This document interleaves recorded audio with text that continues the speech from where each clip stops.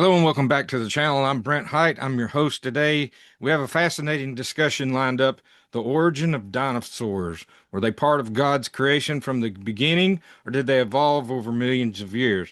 And did they live alongside humans or die long before? And what role, if any, might the Nephilim of Genesis chapter 6 or the flood have played in this? So, joining me today are my good friends Mondo Gonzales, Nick Daigle, and Damas Reed. And each of these men are going to tackle a different angle on this topic. We're going to explore both the young Earth biblical view and contrast it with the old Earth evolutionary perspective. But our goal is to show that while we believe that the biblical creation model to us makes the most sense, we're getting ready to dive in, so stay with us.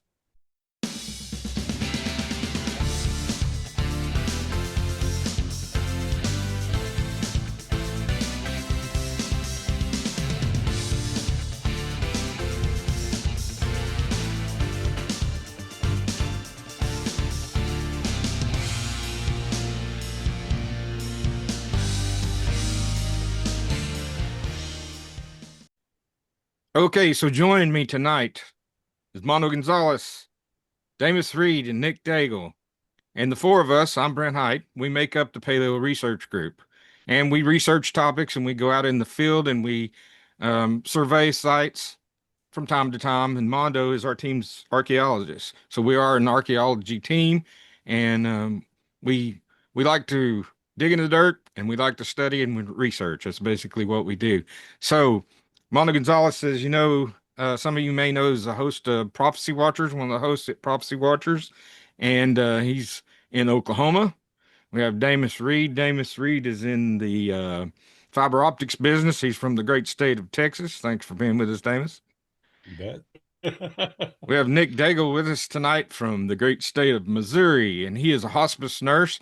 And when we spoke with Nick the last time, he was in the process of writing a book. He had it available as a download, but now he has you have a hard copy, right? Yes, I do. And tell a little bit about what your book's about. So, my book's about I've spent the past year and a half looking for evidence of giant skeletons, giant lore here in the Springfield area. Looking through old newspaper archives, looking at newspapers about, 7, 8 foot skeletons, Aztec style pottery. And I've just had the journey of looking at old plat maps and finding where these locations are and going to scope them out for myself and then then putting it all down within my book. Forward is by the great Mondo Gonzales, the $1 million writer himself. Good deal. Good deal. So we're can you show us the book? You got one with you there? Yes. Maybe it'll Let's show up. can, Whoops, you disappeared. Anyway, we'll put a picture on the screen and we'll put a link in the uh, description where you can order this book. You got it on Amazon now, right? yes, I do. All right. You just go to Amazon and type in Genesis 6 and the Ozarks, Okay. and it'll come up. All right, good deal. All right, so let's dive in. Mondo, let's start with you. I'm going to ask you a two-part question here in the beginning, and then we'll ask you a third question, but let's get the first one first. You know, a lot of people ask, are dinosaurs even mentioned in the Bible? Are they? Well, I would say yes, they are. Okay. I think it's interesting if you look at the development of dinosaurs. There's no doubt that dinosaurs, which we'll talk about, have a kind of a very legendary status in artwork and other things. But the idea of fossils, or paleontology, um, that kind of brought it back to the surface, really in the last couple of hundred years in the sense of like archaeology and digging them up. But then what people did was they were thinking, well, if these things are real, does the Bible mention them? Because what we know is on day 6 in Genesis chapter 1 that God made all the land animals. And so a straightforward reading of scripture, which I believe in, as history, it's quite clear that God made dinosaurs and all the animals along with mankind on day 6. So then that tells you that, oh, well, if they did exist, did they exist then? I think, unfortunately, sometimes is we have a Hollywood version of what dinosaurs are. I mean, the average size of a dinosaur actually is only about the size of a sheep. Now, granted, we understand Tyrannosaurus Rex and Brontosaurus and some of the larger ones, but they're not all large like that. So, what do we see? Well, in the book of Job, as an example, God is talking to Job about really scientific things. We know in Job had a hard life, and he began to be very frustrated because he lost his family, and then he had some physical issues, and he began to demand an answer from God about his trial. Understandable. Well, then God shows up and begins to talk to him and begins to really humble him by asking him a series of 95 questions in Job 38 through basically 41. And God is not asking him fanciful fantasy story questions.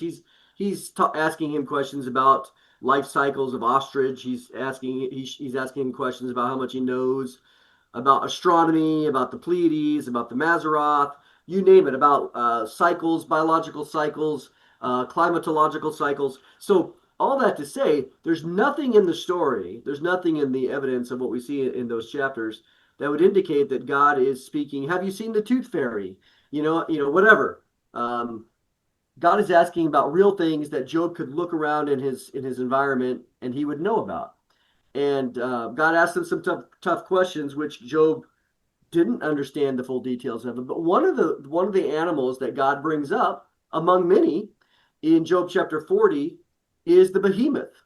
And this is just a transliteration of the Hebrew word, which it's in other places it's just a large land animal.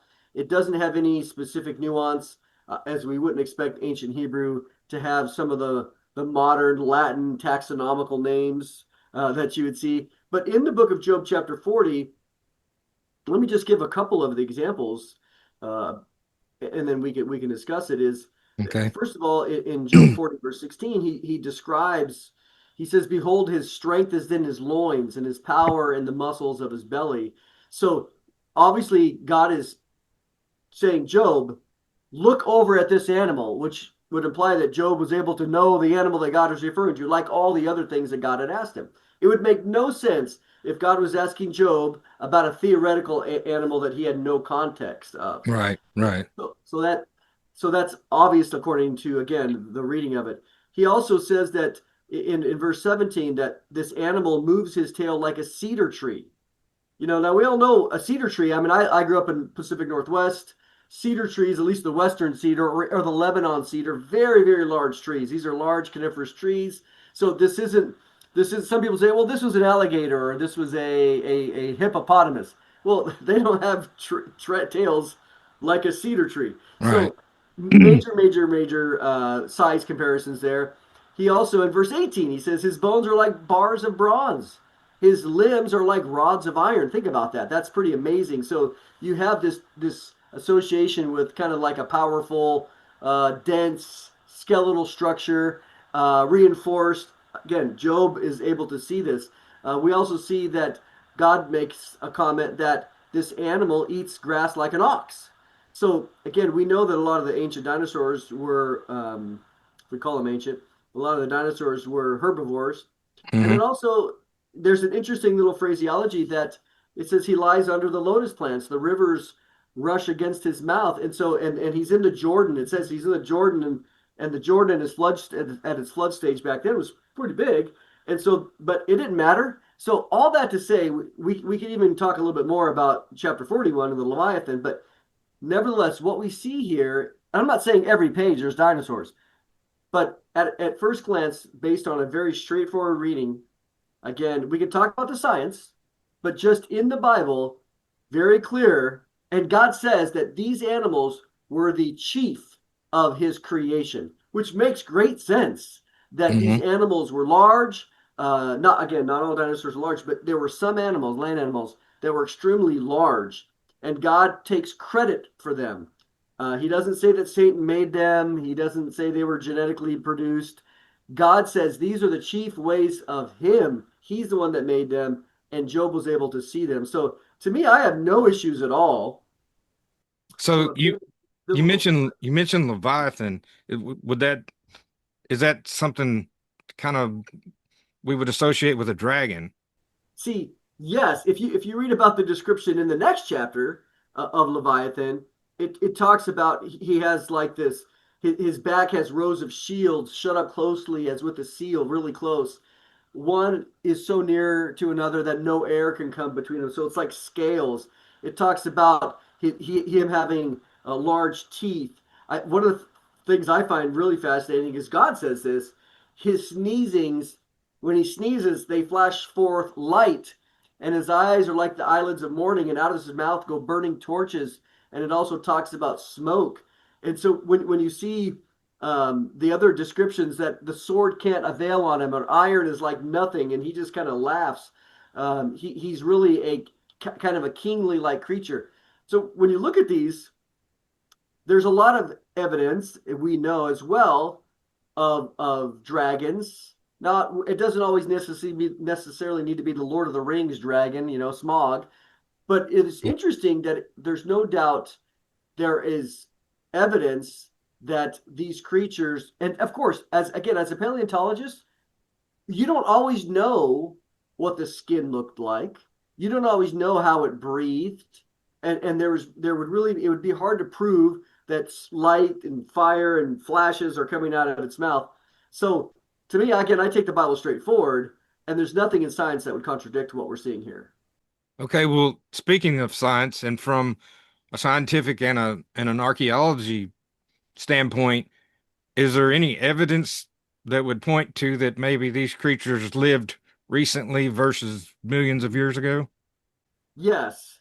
And this is what I find so fascinating is, and we'll talk a little bit more about, the potential down in Texas for dinosaur footprints and man footprints and stuff. But one of the things that strikes me the most from a scientific perspective is a woman by the name of Mary Schweitzer. She became well known and actually a little bit of infamous. She's from North Carolina State University, and what she did was in the 1990s, as a paleontologist, she started examining really thin slices of T-Rex bone. And of course, in that model, in the secular model, these animals are fossilized 68 million years old. So, but what she found in there, which again was unusual, she found red blood cells. And she's like, wait a minute, this is not supposed to be this way, because this would have clearly all the mechanisms that we understand with biology and preservation would these red blood cells shouldn't have been there. So then what she did in again later in the year 2000 is she took fragments from a T-Rex femur and from the Montana Hell Creek Formation, and so she dissolves it into a solution, and then what she sees is blood vessels and red blood cells and other really like fibrous bone, that it was soft tissue and it kind of retained a level of elasticity to it. So you're like, oh wow. So she published this in 2005. What's fascinating about this is that, of course, this caused a firestorm, because there's no way that she wasn't. I don't think she was. She doesn't believe these are young. Okay, from her perspective, I'm not trying to miscredit her, but she put it out there because she thought, well, clearly she believes these are 68 million years old. But she said, wow, we need to find the way that there's a mechanism that allows this soft tissue and blood vessels and hemoglobin and other things and proteins, etc., to last this long. So it's interesting for her that her bias of millions of years wasn't changed. And so when she went to the evidence was contradicting what she thought. And she says, well, we know, according to her, we know they're 68 million years old. So now we have to find a way that preserves this soft material. So So in other words, what you're saying is something that would be several million years old wouldn't likely produce soft tissue. It would yeah, have to no, be something, but she maintained her 16 million year old view, even though she produced soft tissue. right. So Okay. it's not even likely. It is impossible, according to current understanding of biology, that these soft tissue components would last for 68 million years. And so, all that to say, after all of this, all of her work, she exposed these tissues as being there, but even her alleged answer was attacked by her peers, showing Mhm. that it still doesn't work. So as of right now, they have no answer for how these dinosaur bones, if they were allegedly 68 million years ago or years old, would still maintain again these soft tissue components. And so for us, as a as a Bible believer and believing that dinosaurs walked with man, and that most of the time we could talk about all the biblical evidence, but in the sense of most of them were buried during the flood and became fossilized. That's, I mean, a lot of mud, a lot of water, a lot of pressure. Wow, those are all the components you need for Mhm. fossilization, and that's exactly what the flood of Noah shows. You just answered my third question for you, but that's good. My question was going to be, if the dinosaurs did exist in the time of Job and the time of Noah, what happened to them? And you just said the flood. Well, let's be very specific. So you have there's no doubt. Again, as I mentioned, the average size of a dinosaur is the size of a sheep. Okay, but if you're Noah and you're taking one of two of every unclean kind and seven of every clean animal, there's a book out which is very well done. It's called Noah's Ark, a feasibility study. I encourage people, if they're interested in this, to get it, because what it shows on there is they do an examination, again, of taxonomy, the taxonomy of animals, right? All the different genus and species, etc.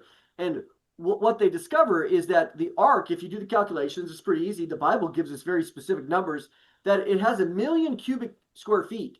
And in fact, if you were to take all of the animals that would be necessary in order to produce a population after the flood, only 25% of the ark would have been needed for actually storage of the animals. Again, there's nothing out of the ordinary here from a biblical perspective or even from a expected scientific perspective.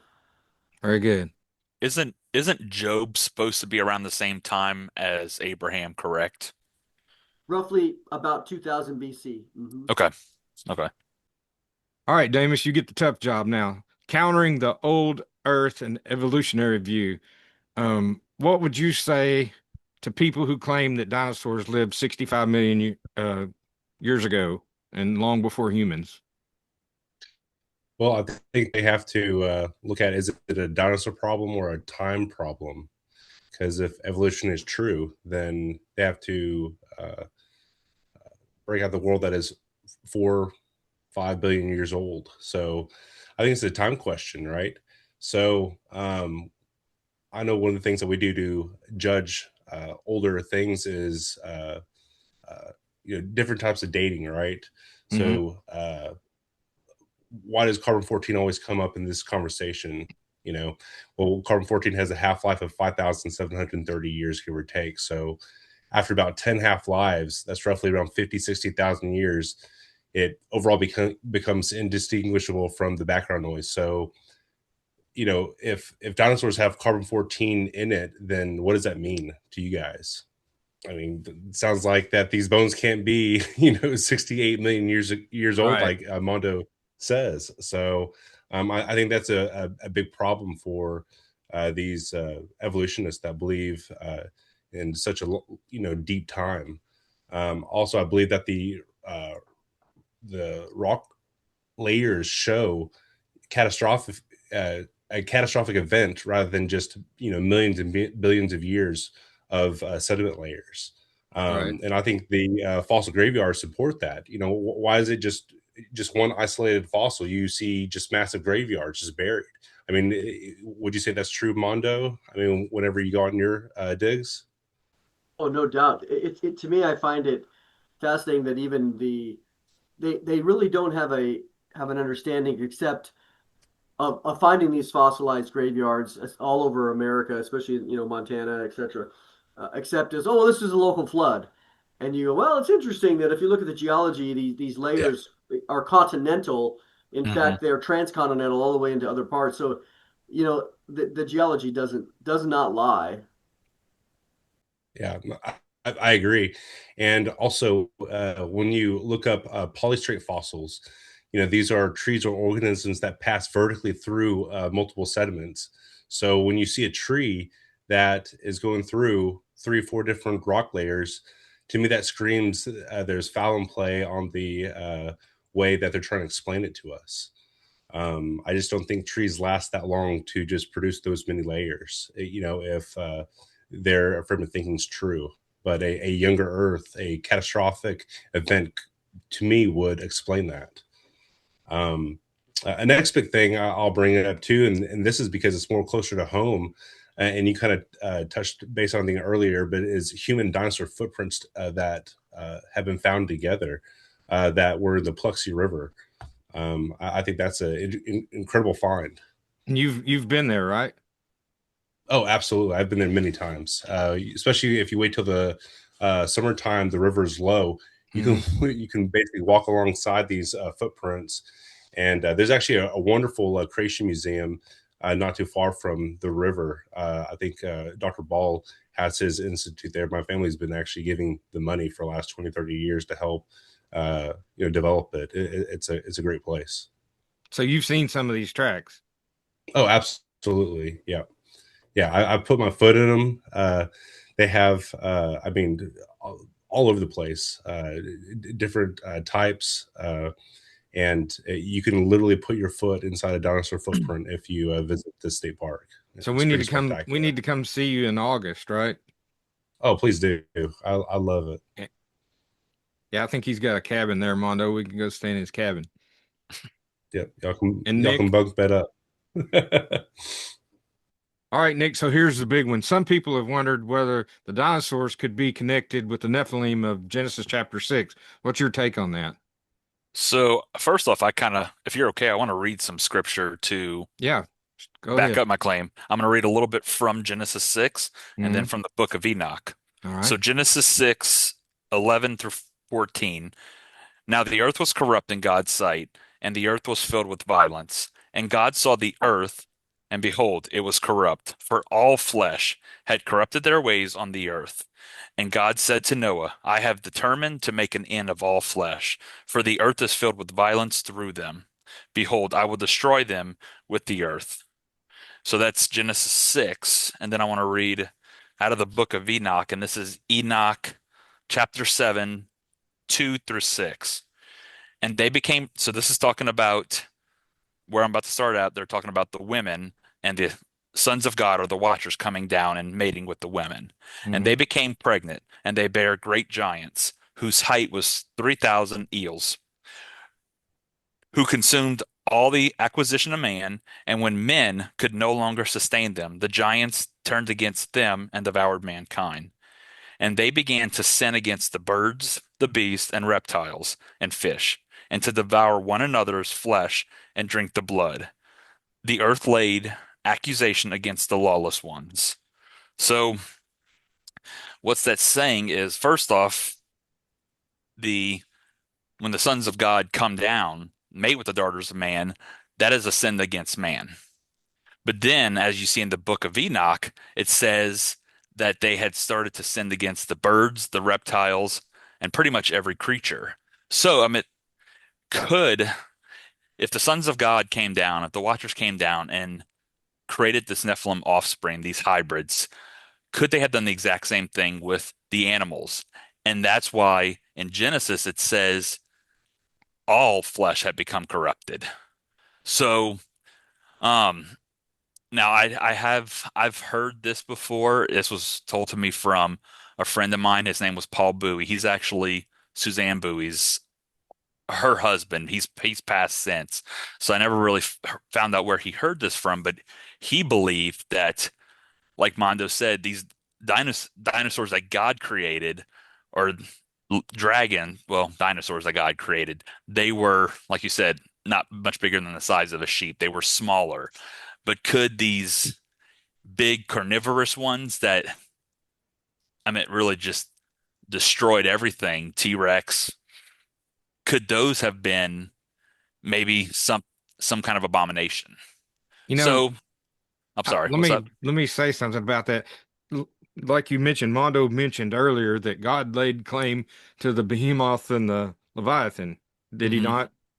But who's to say that, he said all flesh had corrupted its way. Hmm. Maybe the fallen ones did do something with the animal kingdom also to corrupt that flesh. Yeah. I guess isn't there two reasons why the flood came? Given it says because all flesh had corrupted its way and because man's thought was only evil continually. Is that Hmm. correct? Correct. So, there was some kind of abomination that took place if all flesh corrupted its way. Um, it's the Bible tells us that Noah was pure in his generations, which to me, I believe that's telling us that Noah was the same kind of man as Adam was, and but the rest of the world had corrupted its way, except for I guess maybe the eight that were spared on the ark. Hmm. And And the animals on the ark too. right, The only and ones who made it so on. my question would be, was there some corrupt animals out there that God didn't allow on the ark? The Bible doesn't tell us that I know of, but I mean, we know that He chose two of some of the kinds and seven of some of the Hmm. kinds, right? Yeah. And Yeah. so, was there any? I wonder if there were any animals that were excluded that were corrupt. And that has been something that I've thought about. I mean, looking back at old different mythology, other lore, I mean, you look at the Egyptians, they had Anubis, who was, half dog, half man. Or then you had all, centaurs, minotaurs, all these different half, like half human, half animal, or sometimes even just two different animals put together. Yeah, And to could me, th that kind of symbolizes um, cross DNA hmm contamination or something like that. I mean, it's like they were messing with things that they probably shouldn't have been messing with. I mean, I don't know what all the Mondo. Have you got a take on what some of these Egyptian drawings are that shows the hybrid people? Egypt is a little tough because sometimes it'll show the king being 10 feet tall and then his subjects being Right. small. Um, but we know that he's not necessarily a Nephilim, but they're trying to project an image. And so, in the same way, it makes you wonder with some of these hybrids, chimeras, as we see in the Egyptian iconography, or even in Greek stuff. But to me, I have no problem with it straight up in the sense of seeing that again, as the Bible doesn't give us specifically, except as we've been saying, all flesh was corrupted. And there's no doubt when in Genesis 6:9, when it is describing Noah, talking about him being perfect, the word perfect there is the exact same Hebrew word that's used later in the book of Leviticus in describing animals without blemish. So it is a physical marker. A lot of people try to make it to be a moral marker, Hmm. but it is a physical marker that's used in the context of physical animals of being perfect. So at the end of the day, I wish we had more answers. Yeah. Yeah. Truthfully. Or Damus, were you going to say something? I Yeah, I was was, going to say, with this is like it makes me think of the linemen of Moab. Is that just the Bible is Lion saying like men that? of Oh, Moab, yeah. yeah, do they have courage or something like a lion, or were they hinting to something, of their DNA? That's always There's just not puzzled enough me. there. That scripture, I'm glad you brought it up. It's always puzzled me because it was talking about one of David's men, I think, and it says he killed two lion-like men of Moab, and he also killed a lion in a pit on a snowy day. I mean, it's saying he killed two lion-like men, but he also killed an actual lion. So,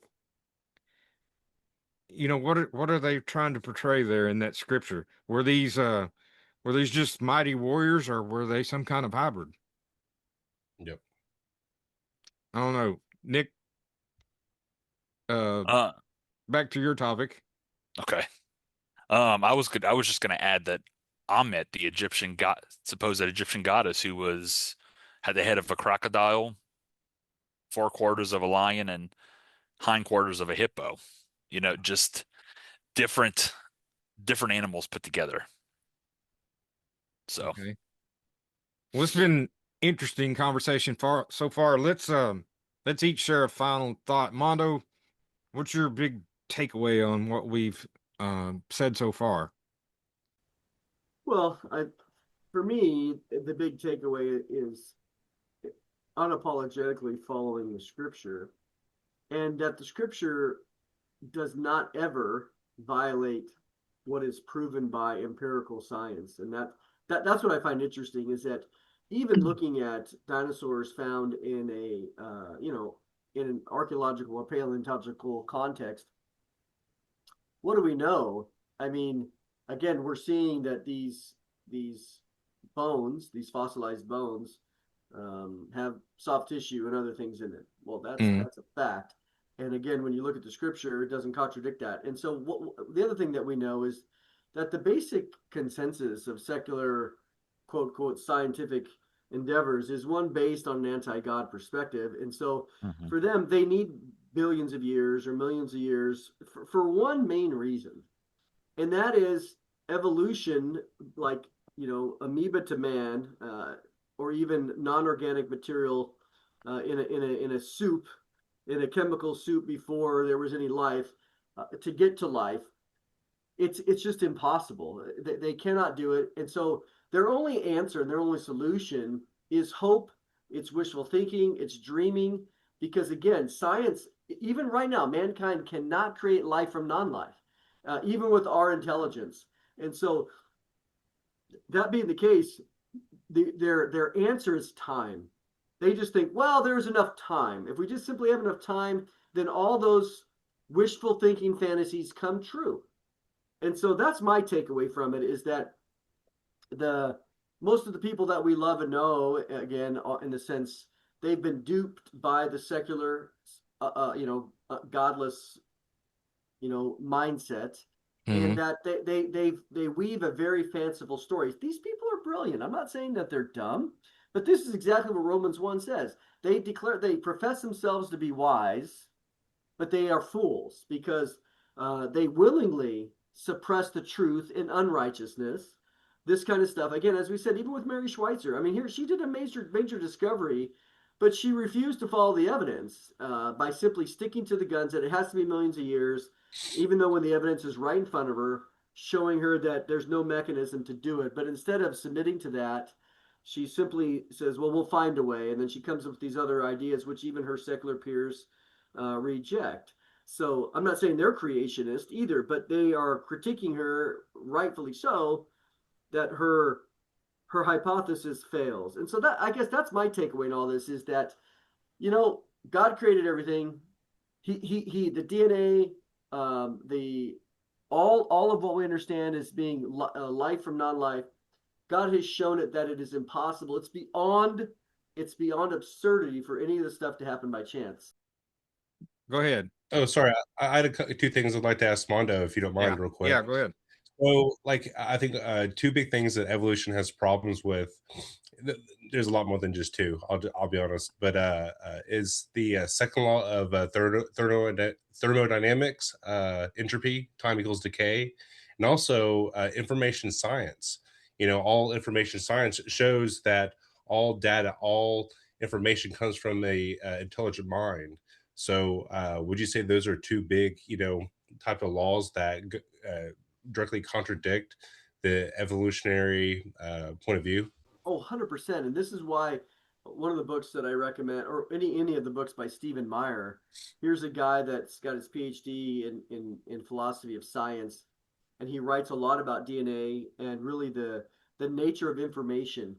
That, again, all of us are honest. I mean, if we when we look at the nature of information and how, again, it's encoded in the DNA, we just know, when we know this now in modern times, but the more that any of these microbiologists learn, and discover, the more they realize that, man, there's just no way. There's no way this stuff can just, it doesn't evolve. It doesn't mutate into benefits. And this is where, some of the stuff that he covers, where, I mean, if it, maybe it's a little bit different, but if I took a CD that which had like an operating system on it, and I went and copied it, and maybe it was Windows 3.1 for those that remember it, or DOS even. So Windows, I got 3.1, and I copy it a million times. Will Windows 11 result? When I get to the end, Right. will there be Right. enough mutations that all of a sudden I got a better product? I mean, way more tools, and it comes out to Windows 11. We know that when you copy information digitally, when mistakes happen, what happened? The program breaks down. It Right. doesn't. Right. It doesn't work better. It So loses information. it loses, and it causes corruption in the whole thing. So we all see this is the honesty. And copying, going from Windows 3.1 and copying it a million times and expecting any errors to create eventually a better product like Windows 11 or whatever, we know that that's ludicrous. But yet, when you go from non-life to life, and you go from an amoeba to sophisticated humanity, that it's a billion trillion times more complicated than copying a Windows disk. But Right. yet, we won't believe that, the Windows disk, but we'll say, well, with enough time, we'll believe this happens. And so, in the same way, even if you copied it 10 billion times of a disk, would we expect it to produce Windows 11? We would all say no, even with randomness. So, this is the dishonesty I see out there. Yeah, All right. that's like you have asteroids, and they should have a lifespan, right? So if that's going to be what 10,000, 20,000 years, then they're like, oh well, there has to be something that creates a comet or asteroid, whatever you want to call it. It's the Oort cloud, The Oort so there cloud, has to be. the Cooper Yeah, so belt. there's always these safety nets, right?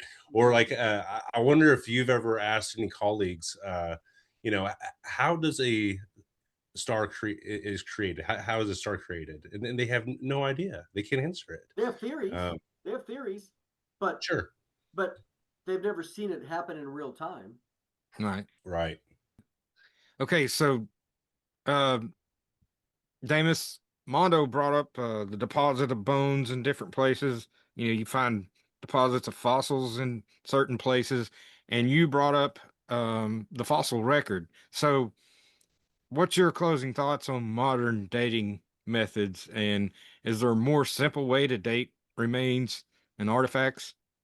Right. I think that we're going to use what the method that goes along with our worldview. I think. I think that's what I see whenever if you're an evolutionist, you're going to use the dating that best fits your uh, you know uh, your thought, your paradigm. So that's why I'd say as creationists, we do look at carbon 14. Also, I think it's measurable, it's tangible, and so it definitely it's empirical. So I think that carbon 14 is a pretty solid, but there will always be those that will try to debunk or go against it. So I try to think of which one will stand up in a court of law, evolution or creation. And I think creation best uh, fits. What we see is what we get, and there's great books out there like I don't have enough faith to be an evolutionist. I I think that's great. I mean, because I don't have enough faith because I believe in the court of law, creation will win out every single time. You can't even use the scientific method uh, to measure evolution. So, but that's my closing thought is just that you know I believe the biblical worldview explains the world that we live in. It explains why there are people that have possibly seen dinosaurs or written about them on cave paintings, drawings, petroglyphs. We see that all of the different continents. We see carvings in Cambodia on an ancient temple that was Hmm. built in the 12th century. I know the Ica engraving stones are controversial, and there is a lot of fraud on that, but I think there still could be something there too. So, if ancient people were able to depict these, dinosaur-like creatures, then, I Hmm. don't understand how they could get so close to it by just looking at bones.